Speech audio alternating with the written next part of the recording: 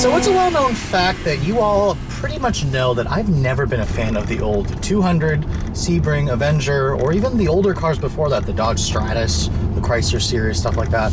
However, Chrysler wants to get serious about the mid-size family sedan segment. I mean, let's face it, this is the biggest segment in the United States. I mean, 1 in every 6 new cars sold, the mid-size segment occupies a big chunk of that pie. So with this all-new 200, the 2015 200, they've now started building the car on an Alfa Romeo platform. They just stretched the dark platform a little bit longer, made it a little bit more roomier on the inside, and it's a really big improvement over the old model. So right now I'm at a press event where I'm just getting a quick drive of the new 200. So let's take a look and see what it feels like to be behind the wheel of this all-new vehicle.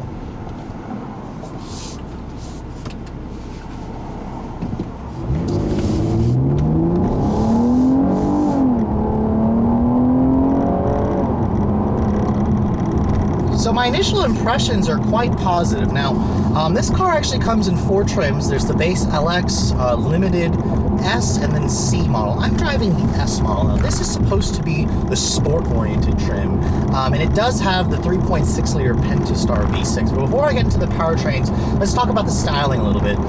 This thing is quite the looker. When I first saw it at the auto show last year, or earlier this year, I thought it was kind of like, it looked like a Tesla Model S in the front, especially with those headlights, the LED daytime running lights. You get HID headlights on the higher trims. And this particular S model distinguishes itself with the black accents as opposed to the flashy chrome that you get on the Limited or the C. I particularly like this styling aesthetic more. Chrysler says they built it like this because they're trying to appeal more to the male enthusiasts who might buy a family sedan because they don't have any kids yet, or for those of you who empty nesters whose kids have grown up and now you just want to go back to a sedan. Now, getting back to the driving dynamics, I'm not going to touch too much on how it drives just because it's just a first drive. However, I'm immediately noticing a huge improvement. The ride quality of this thing is very, very soft, even with the 19-inch wheels that come on this particular model, which I think they look fantastic. To be honest, they kind of remind me a little bit of the 2012 to 2013 Civic SI's wheels. The design, just the spokes and the designs. Not a bad car, not a bad design. It looks fantastic. When you look at the back of this thing, it's kind of a little bit more vanilla to me. Kind of the way that the Fusion's rear end looks. It's not really, it doesn't look as distinctive. I'm a little disappointed that there's no LED taillights. However, the V6 models do have these very nicely integrated dual exhaust outlets. So it's a very sleek sedan. It's got that sloping roof line, and that's what attributes to this excellent 0.27 coefficient of drag, which is, this is the first vehicle that Chrysler really has built to be aerodynamic, and it's the reason why their quietness is up, the fuel economy is up. With the 4-cylinder, it gets up to 36 miles per gallon, and then this V6 that I'm driving, which actually has all-wheel drive, gets up to 29 miles per gallon. You go for the front drive model, it'll do up to 32 miles per gallon. Now, this 9-speed automatic does have a sport mode. When you switch to the sport mode via this controller, it shuts off the traction control immediately, so let's see what it can do.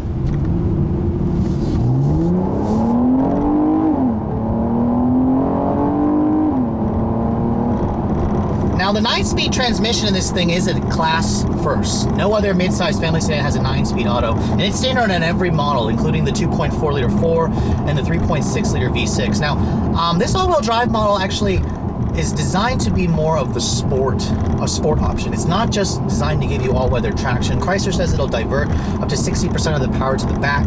I sort of feel it. I mean, honestly, what it's doing is it's just pretty much eliminated any torquester. I mean, with 295 ponies, this is the most powerful V6 in its class, and I want to say that it doesn't really feel like that to me. It feels pretty much as fast as, you know, a V6 Accord, Camry, Passat, Altima. There's no test numbers on this yet, but, you know, I'll show you guys a full review later on when I get one to test. Now, in terms of the interior, let's briefly talk about that. Of course, you're going to get Chrysler's 8.4-inch Uconnect touchscreen. This is their latest system. Go for the lower trims like the Limited. It comes with a 5-inch screen. In terms of equipment, every 200, including the base LX model, which will have push-button start and keyless access to the smart entry, that starts at $21,700. $2,000 more will upgrade you to the Limited. Chrysler says that'll be their volume seller. $24,500 is what the S model starts, and then you're looking at about $29,000 for the C model. So this car still undercuts its competition by about $3,000. The Ford Fusion is this car's main competitor, but just know that this particular one, a loaded one, will get up to above $35,000, which is pretty much a new plateau. However, I personally think they've designed a very stylish car in here. The interior is very nice. The steering wheel is not really my favorite in terms of how big the diameter of the wheel is, but it's nice to look at. It feels okay.